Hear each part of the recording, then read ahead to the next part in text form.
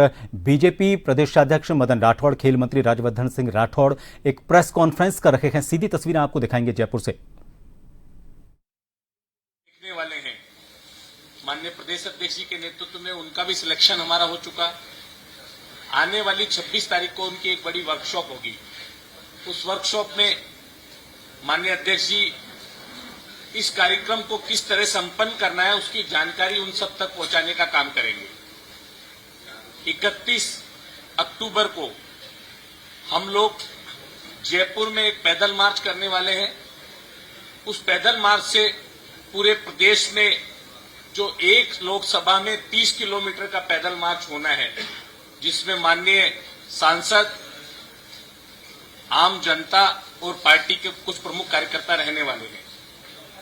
हमारी पार्टी के जनप्रतिनिधि उसमें रहेंगे, कहीं प्रभारी मंत्री रहेंगे, कहीं राज्यसभा सांसद रहेंगे। माननीय अध्यक्ष जी ने जो निर्देशित किया है, सभी जिले में कुछ प्रमुख लोग वहां पर रहने वाले हैं। और उस यात्रा का मूल उद्देश्य गांव में, ढाणी में माननीय सरदार पटेल के बारे में लोगों को जानकारी मिले।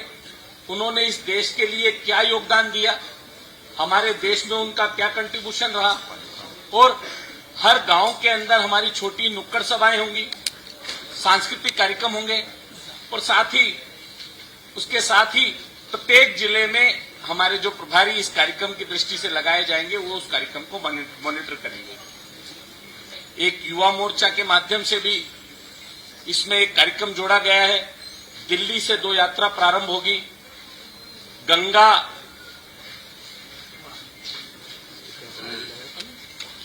जमुना प्रभा यात्रा, उसके संयोजक के नाते जो जयपुर से अजमेर, उदयपुर होती हुई केवटिया जाएगी, उसके संयोजक के नाते भी हमने कुछ नाम तय किए हैं। गंगा प्रभा यात्रा जो है उसके भी कुछ नाम तय किए हैं। वो दिल्ली से अलवर होती हुई सवाई माधोपुर, कोटा और फिर मध्य प्रदेश में वो यात्रा चली जाएगी और उसके बाद केवटिया पहुंचेगी। इस यात्रा को आगे गुजरात के अंदर माननीय सरदार पटेल जी की जन्मस्थली से लेकर और केवटिया तक लगभग 15 दिन लगने वाले हैं। और उन 15 दिनों में सरकार के प्रमुख नेता, पार्टी के प्रमुख नेता और पूरे देश से गए हुए यूथ कार्यकर्ता उस यात्रा के अंदर रहने वाले हैं। और प्रतिदिन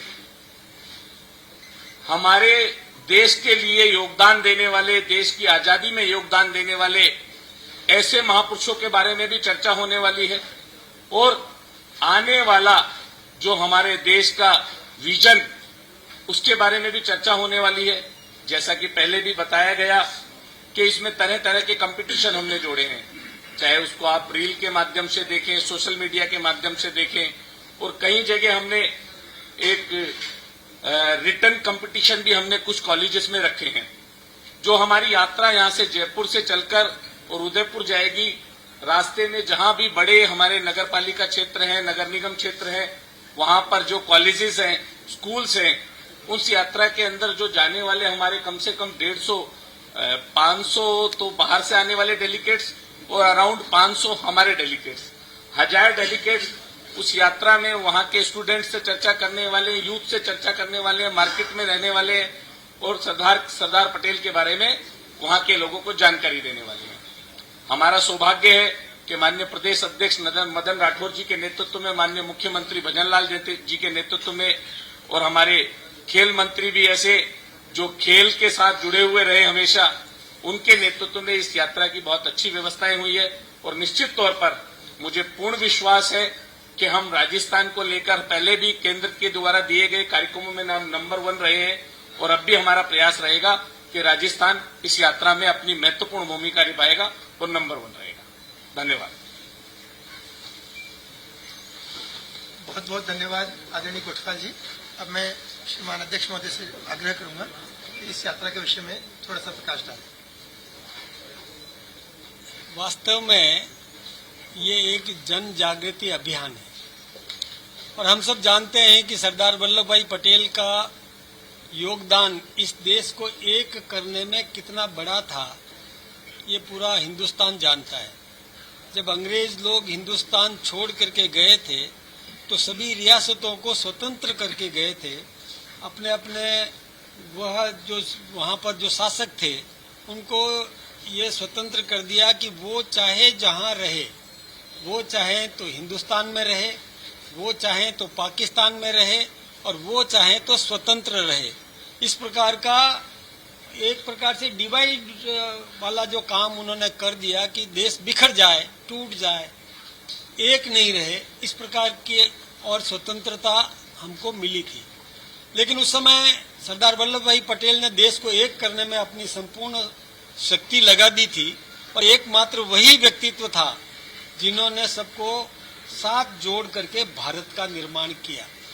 कई ऐसे दृष्टांत हैं हमारे सामने कि जोधपुर रियासत भी उस समय स्वतंत्र रहने की बात करती थी, लेकिन उन्होंने अपने प्रभाव का, अपने बुद्धिमत्ता का कौशल दिखा करके उनको भी हमारे हिंदुस्तान में जोड़ने का काम किया।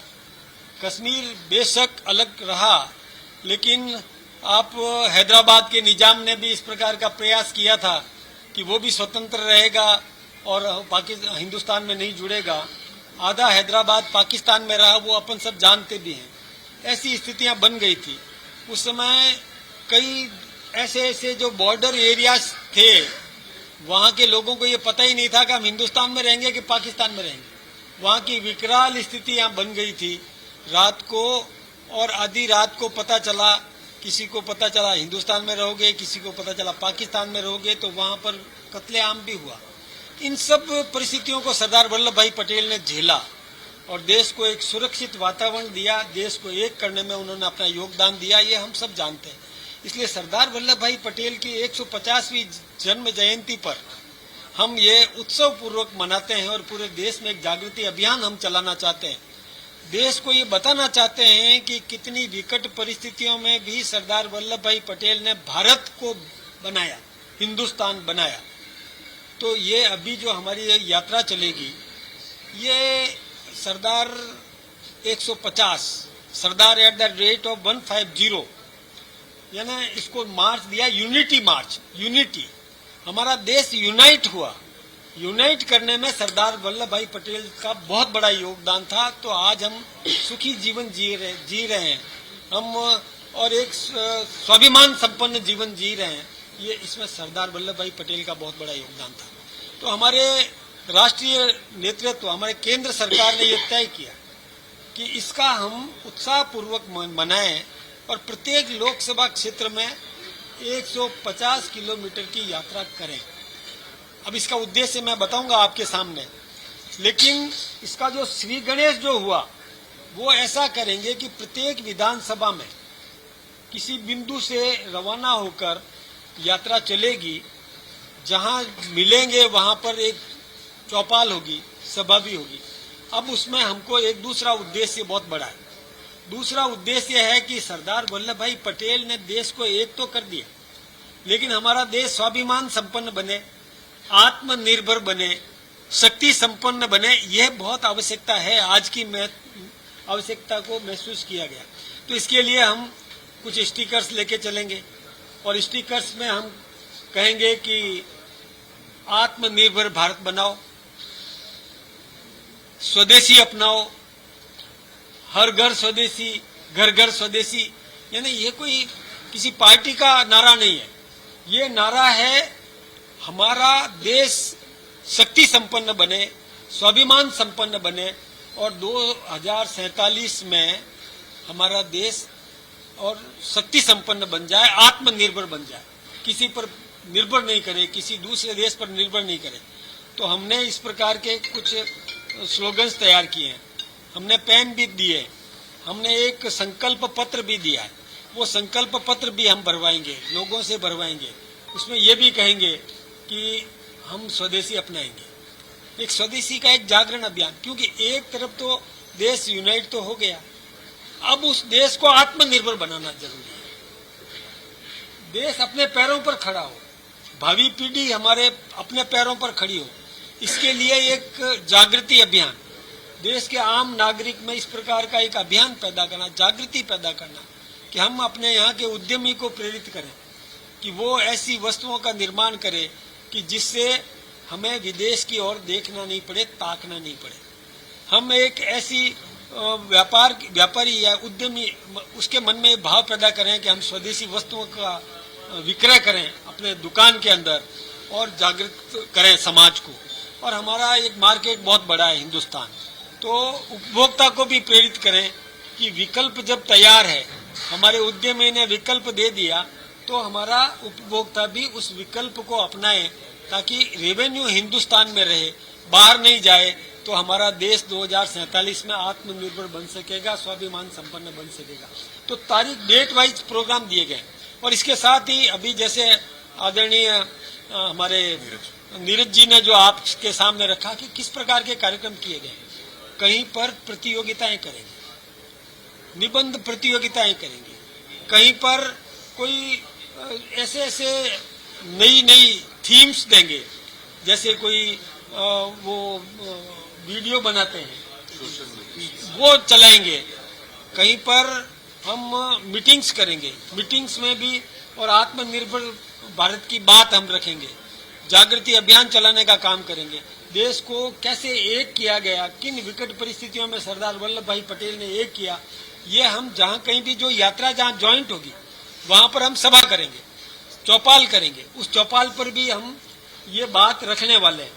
कहीं पर प्रतियोगिताएं होगी, कहीं पर खेल की प्रतियोगिताएं होगी, वो जैसे टारगेट्स दिए गए हैं, कहीं पर ये जैसे वक्ता कंपटीशन होगा, डिबेट्स होगी, कहीं पर ऐसे कार्यक्रम सब दिए गए हैं जो हम आपको अभी बता देंगे कि जिला स्तरीय पदयात्राएं भी होगी, अलग अलग क्षेत्रों में किस प्रकार से पदयात्रा कब से होगी, ये प्रचार की गतिविधियां कैसे होगी, ये सारे प्रोग्राम हम आपको दे रहे हैं।